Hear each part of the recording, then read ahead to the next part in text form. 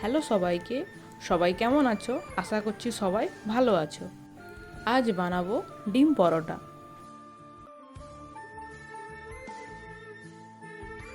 পরোটার জন্য লেচি কেটে নিয়ে বেলে নেব।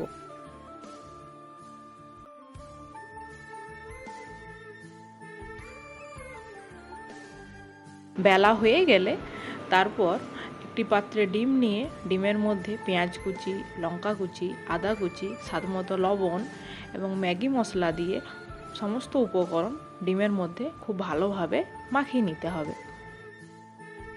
তারপর পরোটাটা ডিমের মধ্যে ভালোভাবে দু পিঠটা মাখিয়ে নেব। মাখিয়ে নেওয়া হলে গরম তেলে লাল লাল করে ভেজে নেব। লাল লাল করে ভেজে তুলে নেব। ঠিক একইভাবে আরেকটি পরোটা বেলে নিয়ে ডিমের মধ্যে মাখিয়ে তেলে ভেজে নেব। ভালোভাবে ভাজা হয়ে গেলে তুলে নিয়ে সস এবং পেঁয়াজ কুচির সাথে পরিবেশন করব। ধন্যবাদ সবাইকে।